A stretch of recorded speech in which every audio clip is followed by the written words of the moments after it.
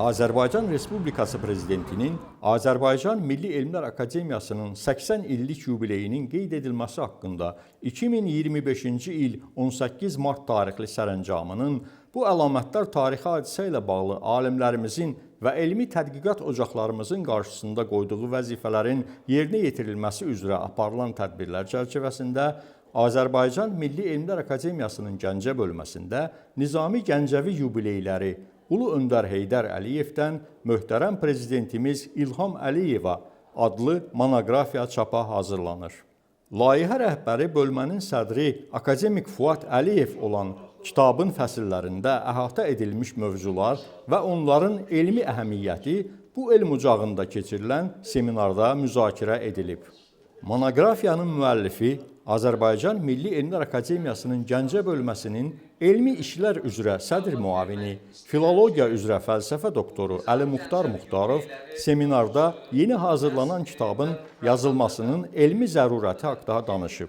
O, dahi mütəfəkkirimiz Nizami Gəncəvi ilə bağlı əlamətdar tarixlərin qeyd olunmasının, əsrləri əhatə edən salnaməsinin sistemləşdirilməsinin və bu mövzunun hər bir dövrün xüsusiyyətlərini nəzərə alaraq elmi şərhinin vacibliyini qeyd edib. Əli Muxtar Muxtarov vurğulayıb ki, kitabın əsas konsepsiyasını dahi şairin fəlsəfi dünyasının milli, eləcə də ümumbəşəri mahiyyətinin təbliği yönündə Ulu Öndər Heydər Əliyevin gələcəyə ünvanlanmış strategiyasının, həmçinin onun layiqli davamçısı Prezident İlham Əliyevin ölkəmizin qüdrət və nüfuzunun beynəlxalq aləmdə daha da yüksəldilməsi naminə yorulmaz fəaliyyətinin bir amili kimi Böyük Nizaminin müasir dövr içində olduqca aktual olan çağırışlarının bütün dünyaya çatdırılmasının əhəmiyyətinin aydınlaşdırılması təşkil edir. Dünyada Nizami Gəncəvinin 500-dən artıq ardıcılı olmuşdur, hələ orta əsrlərdə.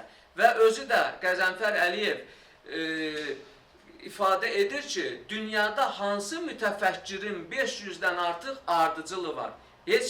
Bu mövzuda heç bir şair mütəfəkkir nə şərqdə, nə də qərbdə Nizami Gəncəviyə bu mövzuda çata bilməz.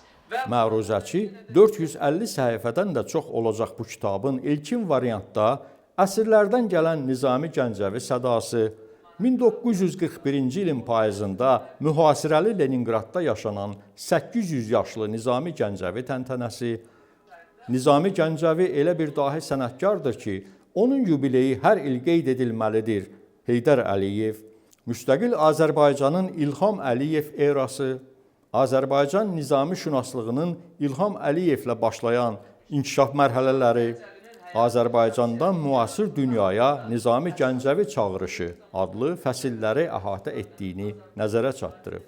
Sonra seminarın iştirakçıları onları maraqlandıran məsələlər haqqında öz fikir və təkliflərini bildiriblər.